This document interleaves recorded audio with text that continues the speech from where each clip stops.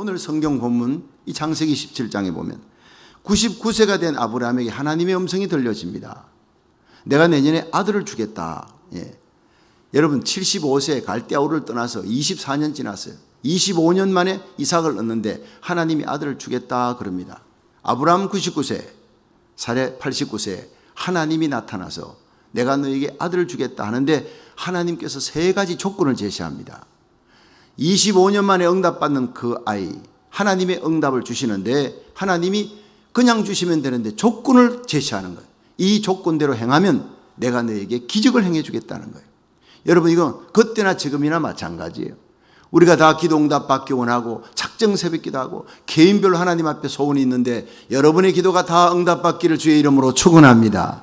오늘 세 가지 하나님의 조건, 기도 응답의 조건만 맞추면 하나님은 언제나 영적인 방정식이 있어요. 그 방정식에 대입하면 문제는 풀리는 거예요. 이 조건대로 행하라. 그러면 내가 너에게 기적을 행해 주겠다. 이 말씀으로 함께 은혜 받고 날마다 기도 응답받는 승리의 삶을 사시기를 주의 이름으로 축원합니다. 첫째는 하나님 앞에 완전하라 하는 첫 번째 조건이에요. 같이 창세기 17장 1절을 읽습니다. 시작. 아브라함의 99세 때에 여호와께서 아브라함에게 나타나서 그에게 이르시되 나는 전능한 하나님이라 너는 내 앞에서 행하여 완전하라. 자, 여기서요 완전하라가 히브리어로 타밈입니다. 타밈은 똑바로 걸으라는 뜻입니다. 완전하라는 말을 우리가 흠도 점도 없이 완전 무결하라. 그러면 기도응답 받을 사람이 어디 있겠습니까? 퍼펙트한 사람이 어디 있습니까? 그런데 놀라운 기쁜 소식은 너는 내 앞에 똑바로 걸으라. 이거면 넘어지고 쓰러져도 다시 일어나라는 겁니다. 그리고 하나님을 향해 다시 일어나서 다시 걸으라는 거예요. 여러분 우리가 죄를 지어도 여러분 흠이 있어도 점이 있어도 그 모습 그대로 하나님 앞에 예배드리러 나오라는 겁니다. 예배 시간은 담임, 하나님이 우리를 완전케 하는 줄 믿으시기 바랍니다. 이건 다른 말로 하면요 best try, 최선을 다하라, 하나님께 올인하라 이렇게 표현할 수도 있지만 두 마음을 품지 말라. 우리 사실 여기 마음이 항상 산란해. 그런데 예배 시간에 하나님께 초점을 맞추면 하나님은 나를 찾아오셔서 구원하시는 하나님, 오늘도 쓰러진 나를 일으켜주시는구나. 그 주님께 초점을 맞추는 거예요. 어느 왕국의 신하가 임금님께 나가서 어떻게 하면 내가 임금님을 잘 섬길 수 있습니까? 충신이 될 수 있는 비결을 좀 가르쳐 주세요. 그랬더니 임금님이 여봐라 장군을 불러라면 장군에게 칼을 뽑아라 그러고 그리고는 이 사람에게 이 신하에게 그릇에 기름을 가득 담아라. 가득 담은 기름을 줬어요. 조금만 흔들면 이게 그냥 옆으로 쏟아질 것 같은데 그 그릇을 들고 동네 한 바퀴 돌고 오라는 거예요. 쭉 한 바퀴 돌고 왕에게 오라. 근데 그 옆에 있는 칼을 든 장수에게 만약에 그릇이 한 방이라도 떨어지면 그 자리에서 목을 쳐라. 아니 세상에 왕 앞에 좀 잘 섬기고 충성스럽게 하려고 잘 보이려고 얘기했다가 죽게 생겼습니다. 한 방울도 떨어뜨리지 않고 돌아오는 건 그건 정말 힘든 일 아닙니까? 가다가 돌뿌리라도 채이면 다 자빠지는데 그런데 이 사람은 거기에 전심전력을 하고 갔다가 돌아오니 온몸에 땀이 피 오듯이 흘러내렸어요. 왕 앞에 섰습니다. 한 방울도 떨어지지 않은 거예요. 목이 날아가지 않은 겁니다. 그래서 왕이 물었습니다. 네가 동네 돌면서 떡집을 봤느냐? 못 봤습니다. 방앗간 봤느냐? 못 봤습니다. 대장간을 봤느냐? 못 봤습니다. 과일 가게는 못 봤습니다. 그럼 넌 뭘 봤느냐? 저는 오직 기름만 봤습니다. 기름 채워진 그릇 한 방울 떨어지면 난 죽는 거야. 그것만 전심전력으로 쳐다봤습니다. 그때 왕이 얘기했습니다. 그래, 그렇게 나를 섬기는 거야. 네가 그렇게 최선을 다해 전심전력으로 그릇을 든 그 기름을 바라보듯이 떨어지면 난 죽는다 하고 그 전심전력하듯이 나만 바라보고 내 명령만 수행하고 충성하면 너는 훌륭한 충신이 될 수 있다. 여러분, 우리 성도들도 마찬가지입니다. 우리의 왕 되신 하나님 앞에 완전히 행하라. 그것은요 하나님만 쳐다보라는 것입니다. 하나님의 말씀만 바라보라. 넘어지고 쓰러져도 오뚜기처럼 일어나 다시 하나님을 바라보고 일어나시기를 주의 이름으로 축원합니다. 우리가 사실 하나님 앞에 완전히 행하라. 그것은요 다시 일어나 걷는다. 하나님에게 똑바로 걷는다. 하나님만 쳐다본다. 이 뜻을 우리가 아는데 마음과 뜻과 정성을 다해서 하나님을 바라보는 겁니다. 그 하나님이 어떤 하나님이냐? 찾아오시는 하나님. 아담이 죄 지을 때 찾아오는 거예요. 우리가 완전해질 수 없습니다. 우리가 죄인 되었을 때 하나님이 예수 그리스도를 보내요. 죄 짓고 도망치는 우리를 따라와서 그 흘린 피로 우리를 덮었어요. 뒤에서 끌어안고 덮어서 천국 데려가신 분이 우리 하나님이에요. 우리는 죄의 본성이 있어. 날마다 하나님 곁을 떠나고 세상 기쁨 쫓아 살아가려고 하는 우리를 찾아오셔서 등 뒤에서 끌어안고 그 피로 고쳐서 구원받을 수 없기에 덮어서 구원하신 분이 하나님이시라. 이것이 바로 완전의 비결입니다. 하나님이 우리를 찾아오셔서 완전하게 하셨습니다. 죄인을 의인으로 만드시고 그 죄를 예수의 피로 덮어 희고 깨끗한 세마포옷을 입혀 왕같은 제상으로 하나님 앞에 서었으니 감격으로 충성하라는 거예요. 내가 잘난 것이 없습니다. 모든 것이 주의 은혜입니다. 바울의 고백이 나의 나된 것은 오직 하나님의 은혜라. 이 감격과 고백이 날이 갈수록 해가 갈수록 가슴속에 불같이 더 뜨겁게 일어나시기를 주의 이름으로 축원합니다. 창세기 16장에 아브라함이 가나안 땅에 거한 지 10년이 지났습니다. 하나님 주시면 아들 안 주시니까 그 아내가 또 인본주의적인 생각을 하잖아요. 인간적인 생각으로 여보 내 몸종 하갈이 있잖아. 하갈의 몸에서 태어난 아를 우리가 그냥 양자 입적해가 우리 키우면 되지. 아주 인간적으로요. 이게 인본주의가 신앙생활에 가장 걸림돌이 되는 거예요.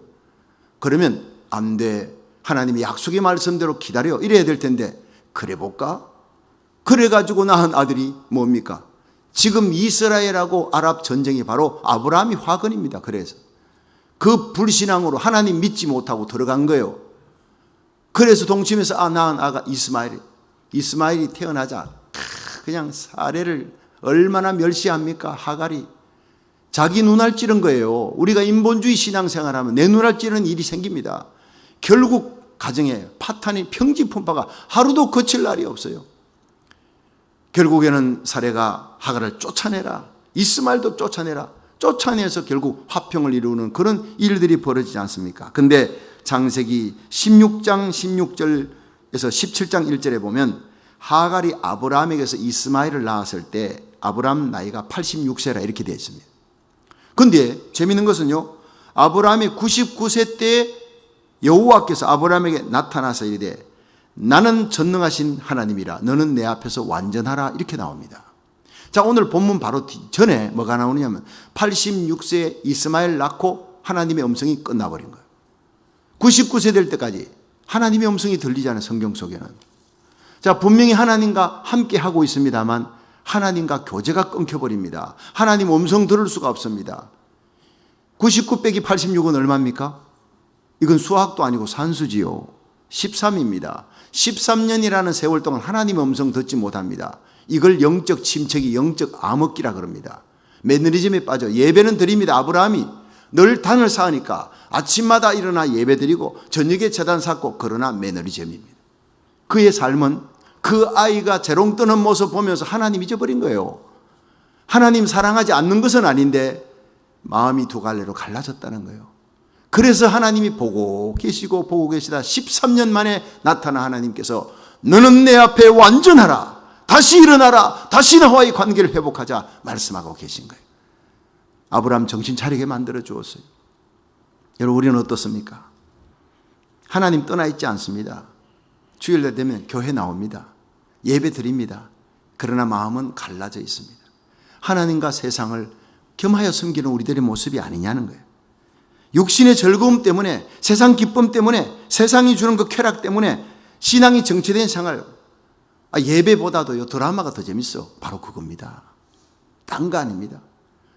하나님 앞에 예배 드리는 그것은요 그냥 발도장 찍고 예배는 드려야 돼. 안 보면요 불안한 거예요. 일주일 내내 갔다 와서 일주일 내내 우리의 삶이 어디에 즐거움 나의 즐거움과 기쁨이 어디에 있느냐 하나님에게 있어야 하는데 그 하나님께 드려야 될 그 기쁨이 딴 데가 있단 말이에요.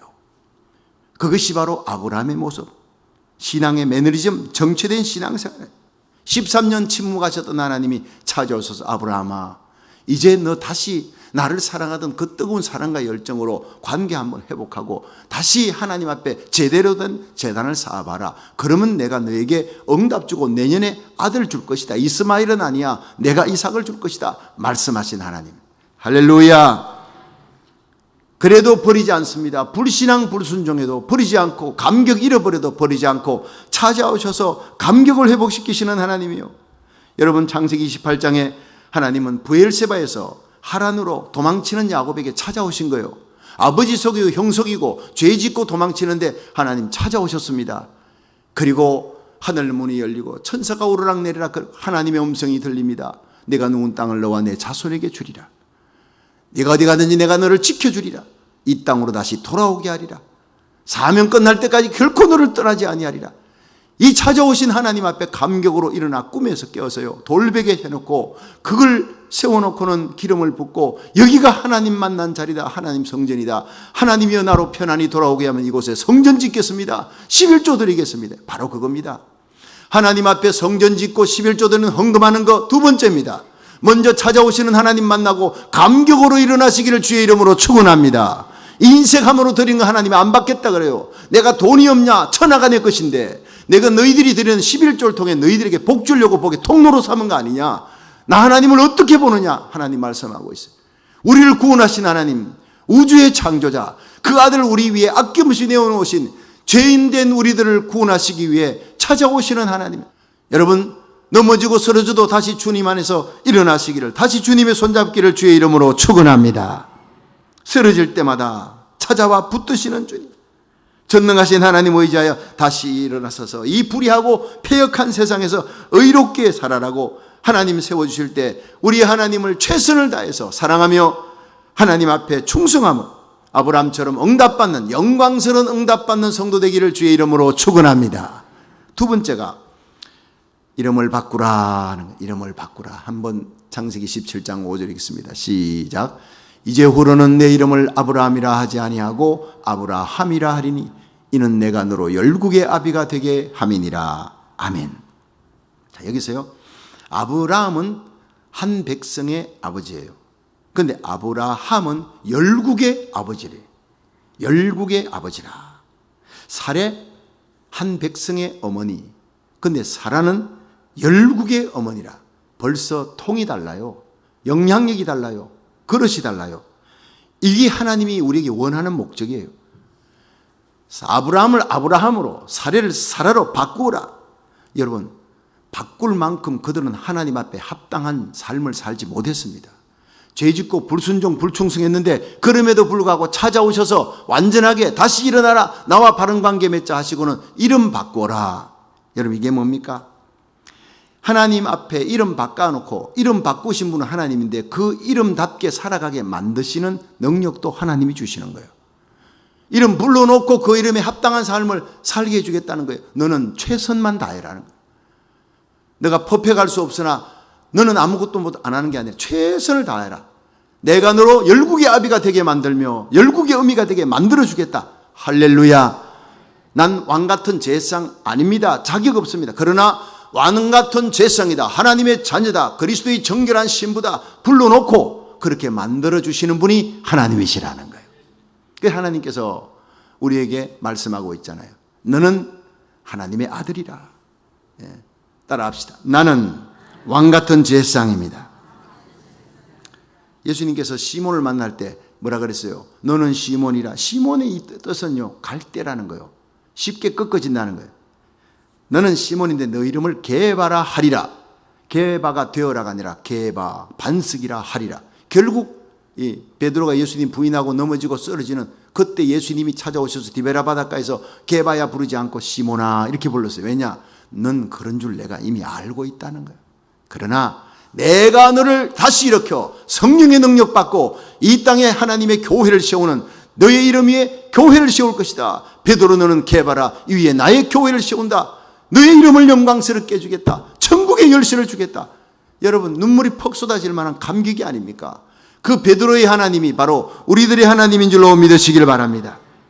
여러분, 우리는 성자 아닙니다. 죄인입니다. 날마다 쓰러지고 하나님 우리를 구원했지만 그래도 날마다 넘어지고 쓰러지는데 주님이 오셔서 일으켜주고 너는 성자다, 왕같은 제사장이다, 하나님의 자녀다, 황태자다, 하늘나라 공주다, 그렇게 부른 거예요. 불러놓고 그렇게 만드시는 분이 하나님이시라는 거예요. 얼마나 멋있습니까? 사례 아니야 사라로 바꿔. 잘했어. 하나님께서 상으로 주는 게 아니에요. 부족함에도 불구하고 형편없는 삶을 사는데 하나님 마음 아프게 했는데 불순종 불충성했는데 찾아오셔서 일어나라 그러고는 이름 바꿔라. 아브라함을 아브라함으로 바꿨어요. 여러분, 정말 아브라함이 그 하나님 앞에 엎드렸다 이렇게 나옵니다. 성경 속에 엎드렸다. 이게 히브리어로 나팔파님이에요. 얼굴을 땅에 대고 완전 엎드려 하나님 경외하는 자세. 하나님을 새롭게 경험했어요. 나의 불신앙에도 불구하고 꾸짖지 아니하시고 벌 주지 아니하시고 13년을 기다려주신 하나님이요.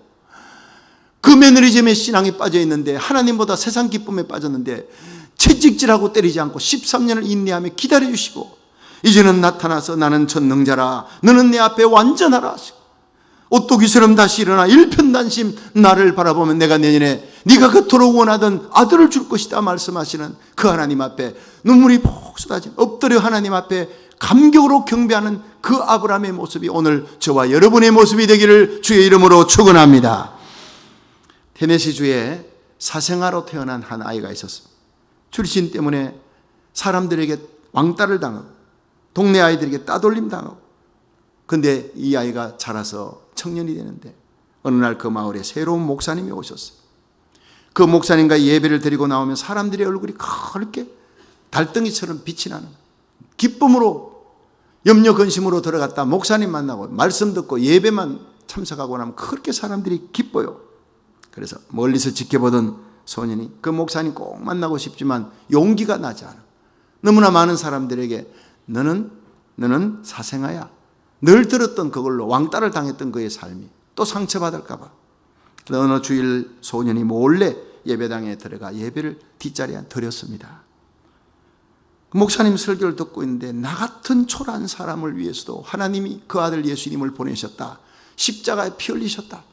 나를 위해 죄사함의 그 놀라운 은혜를 베푸셔 대속의 공로를 나 때문에 갈보리 가셨구나. 나 때문에 십자가셨구나. 그날 그렇게 많이 눈물이 났다는 거예요. 은혜 받고. 근데 예배 마치고 이제 일어나서 나갑니다. 누군가 등을 뚝뚝 두드리는 거예요. 네가 누구 아들이더라? 돌아보니까 바로 목사님이었습니다. 자기가 그토록 만나고 싶어 하던 목사님. 그때 목사님 환한 미소로 이렇게 말했습니다. 그래, 이제 생각나서 네가 누구인지 알았다. 넌 네 아버지를 꼭 빼닮았구나. 얼마나 놀랐는지. 자기는 사생아인데 자기도 모르는 아버지를 목사님이 내가 네 아버지를 안다. 넌 네 아버지 꼭 빼닮았어. 소년의 얼굴이 빨개졌어요. 목사님의 손을 뿌리치고 막 도망을 칩니다. 그 목사님은 등 뒤에서 큰 소리로 이렇게 외쳤습니다. 이제부터 너는 하나님의 아들답게 당당하게 살아라. 네 아버지는 하나님이시다. 그 소년이 바로 후에 테네시주의 주지사가 된 벤 후퍼 주지사입니다. 주지사로 당선된 후에 그는 이렇게 고백했습니다. 내가 하나님의 아들이라는 말을 듣는 목사님을 통해서 도망치는 내 등 뒤에서 너는 하나님의 아들이야. 그 말을 듣는 그날이 바로 테네시주의 주지사가 탄생하는 날이었습니다. 할렐루야. 여러분 하나님의 자녀답게 만왕의 왕이신 하나님의 자녀답게 당당하게 살아가시기를 주의 이름으로 축원합니다. 품위 있게 살아가시기를 축원합니다. 낙심하지 마십시오. 쓰러진 자리에서 다시 일어나십시오. 우리는 왕의 자녀예요. 시험과 어려운 장애 앞에 세상과 마귀 권세 앞에 굴하지 말고 당당하게 맞서 이기는 그리스도의 강한 군사 하나님의 자녀 영광스러운 왕같은 제상이 되기를 주의 이름으로 축원합니다. 여러분 예수 그리스도의 신부라는 것 왕같은 제상답게 존귀하게 살면 아브라함처럼 열국의 아비로 큰 마음 품고 살아가면 하나님 여러분의 모든 소원의 기도가 응답받는 역사가 일어날 줄로 믿으시기 바랍니다. 마지막 세 번째 할례를 행하라. 세 번째 하나님의 조건 기도 응답 받기 전에 창세기 17장 9절 10절 읽습니다. 시작. 하나님이 또 아브라함에게 이르시되 그런즉 너는 내 언약을 지키고 내 후손도 대대로 지키라. 너희 중 남자는 다 할례를 받아라. 이것이 나와 너희와 너희 후손 사이에 지킬 내 언약이니라. 아멘. 자, 여러분 여기서 하나님 할례를 지켜라, 할례를 행하라 그러면 기도 응답 준다, 내년에 아들 준다 그러면 하나님 오늘도 우리가 할례를 해야 되지 않습니까? 할례가 뭡니까? 포경수술 같은 거예요. 그것은 살에다가 하나님의 언약을 새기는 겁니다. 모든 생명은 하나님의 것이다. 바로 그 뜻이에요. 예. 그렇다고 구약의 할례를 지금 행할 필요는 없습니다. 하나님과의 관계를 재정립하라. 바로 그 뜻입니다. 예.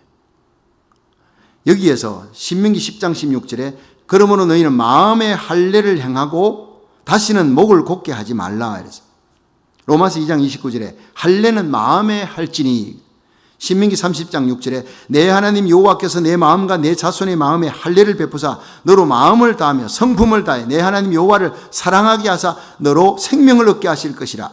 이게 뭡니까? 할례는 마음에 하라는 거예요. 그리고 이 할례는 바로 하나님을 절대적으로 사랑하라. 마음과 뜻과 정성을 다해 내 하나님 여호와를 사랑하사 너로 생명을 얻게 하는 것이 할례를 행하는 목적이라는 거예요. 믿으시면 아멘 하십시오. 그게 오늘날 세례입니다. 세례의식입니다. 세례는 이제는 나는 죄에 대해 죽어서 물속에 들어갔다 나오는 거예요. 간단하게 우리는 물로 적시지만 물속에 들어갔다가 나오듯 죄에 대해 죽고 세상에 대해 나에 대해서는 죽어 이제는 하나님에 대해 의의 하나님 나라를 위해서 내가 새롭게 태어났다. 나는 죽었고 이제부터 나는 사는 삶은 덤으로 사는 삶이다. 내 안에 예수 그리스도가 사는 삶이다. 이제 내가 그리스도와 함께 다시 살았어요. 내가 사는 것이 아니요 내 안에 그리스도께서 사신 것이라. 내가 이제 육체 가운데 사는 것은 나를 사랑하사 자기 몸을 버리신 하나님의 아들을 믿는 믿음 안에서 사는 것이라. 이 의식을 갖고 하나님 사랑하고 십자가로 충성하는 것이 하나님과의 관계를 날마다 십자가로 재정립하는 것이 날마다 세례요 할례 받은 백성인 줄로 믿으시기 바랍니다. 그래요. 이전 것은 끊어버리는 거예요. 날마다 결단. 하나님을 향해 생명을 다해 충성해요. 제가 한국에서 신학교에 다닐 때 신학대학원에 그때 선교 부장을 맡고 있었을 때 전 전교생들이 다 모인 채플에서 선교 대회를 했습니다.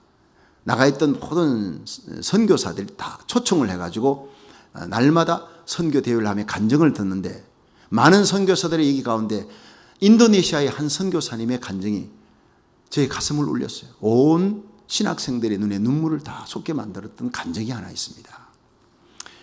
이 선교사가 거기에 가서 이슬람권에 복음을 전해서 한 청년이 예수를 믿었어요. 그런데 세례를 받기 전날입니다.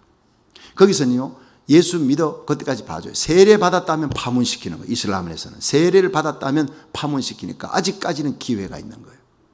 그 이슬람 세계에서 파문은요, 그냥 자식을 버린다. 이 정도가 아니고, 여러분, 이제 관계를 끊는 거예요.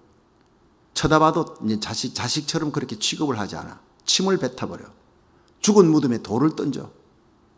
이제는 부모 자식 간의 관계에서도 완전히 끝나는 거예요. 그게 무서운 이슬람 사람들. 근데 그걸 놓고 선교사님이 아니까 네가 세례 받으면 이제는 네 가정과 네 형제들과 완전히 파문이 되는데 네가 그래도 왕 대신 예수님을 위해 헌신하겠느냐, 세례 받겠느냐. 하루만 말미를 달라. 그 밤이 맞도록 이 청년이 고민합니다. 그 다음날 아침이 되었어요.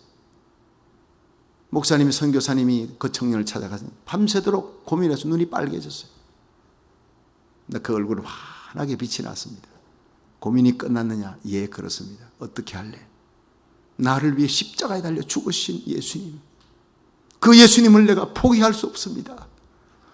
내 부모님이 아무리 귀해도 형제가 귀해도 나에게 영원한 생명 주시기 위해 십자가에 달리신 예수님. 나의 왕입니다. 부활하신 주님. 예수님의 부활이 나의 부활인데 내가 어떻게 예수님을 포기하겠습니까? 세례 받겠습니다. 할렐루야. 강가에 가서 세례 받는데 주위에 둘러선 모든 성도들이 그 청년의 세례에 다 울었다고. 물속에 들어갔다 나오는데 선교사님이 그 청년 끌어안고 그렇게 울었어요. 너는 이제 내 부모님께 돌아갈 수 없어. 이젠 세상 년은 끊는 것이야. 그러나 주님이 너를 기뻐한다. 너는 그리스도의 신부야. 사랑받는 주님께 완전히 절기와 충성을 바쳤으니 나에게 예수님밖에 없습니다. 나에게 왕은 주님이십니다. 주님이 너의 인생을 책임져 주실 것이다. 그 얘기를 듣는데 온 성도들이, 신학생들이 다 눈물을 흘렸습니다. 이것이 바로 할례를 행하는 자의 삶, 마음의 할례를 행하는 자의 삶. 세상은 멀어지고 우리 주님께 가까이 달려가 왕 되신 주님의 품에 안기며 그 주님을 위해 목숨 바쳐 순교자의 신앙으로 충성하는 거예요. 이것이 바로 하나님과 동행하는 자의 삶의 시작입니다. 여러분, 하나님께서 기뻐하신 에녹과 노아, 하나님과 동행했습니다. 생활 속에 죄가 왕노릇하지 못하게 했습니다. 옛사람의 삶으로 끌려가지 않도록 결단하는 것입니다. 오늘 이 예배가 나의 옛생활을 끊고 오직 하나님만 사랑함, 일어나 하나님을 향해 달려가는 거룩한 그리스도의 신부가 되기를 주의 이름으로 축원합니다. 홍수 심판 직전의 시대에 살면서 에녹은 홍수 심판 전에 들림받아서, 노아는 홍수 심판 전에 홍수 심판 통과하며 보호받아 온 가족을 구원했습니다. 그들 모두가 마음에 할례를 받았던, 날마다 하나님을 향해 관계를 재정립하며 하나님과의 교제에 베스트 트라이에 올인했던 사람, 구별된 사람들이요. 패역하고 엄난하며 죄악이 간영한 이 시대에 우리가 어떻게 살아야 합니까? 내 속에 죄가 왕노릇하지 못하게 하라는 거예요. 의의 병기로 쓰임받는 심령이 청결한 자가 되기를 주의 이름으로 축원합니다. 사악한 이 시대를 살면서도 환경에 지배를 당하지 않고 환경을 지배하는 성도 되시기를 바랍니다. 하나님, 오늘도 이런 신자를 찾습니다. 이런 신자를 통해 세상을 변화시키고 하나님이 놀라운 기도 응답을 베풀어주고 기적을 베풀어주기를 원합니다. 세상이 배역하고 음란하고 악해질수록 다시 오실 예수님을 바라보면서 전능하신 하나님 의지하면서 하나님 앞에 완전한 자의 삶을 사시기를 축원합니다. 하나님 앞에 최선을 다하는 올인하는 삶을 사시기를 축원합니다. 내게 주신 새 이름이 있습니다. 성도라고 하는 그 이름답게 하나님 나라 백성답게 넓은 마음 품고 사랑하며 살 수 있기를 축원합니다. 마음의 할례를 받아 사악한 세상에서 환경에 지배당하지 말고 환경을 지배하면서 거룩한 삶을 살아가는, 하나님이 기뻐하는 삶을 살다 날마다 기도 응답의 축복을 누리며 살아가시다가 우리 주님 만날 수 있기를 주의 이름으로 축원합니다.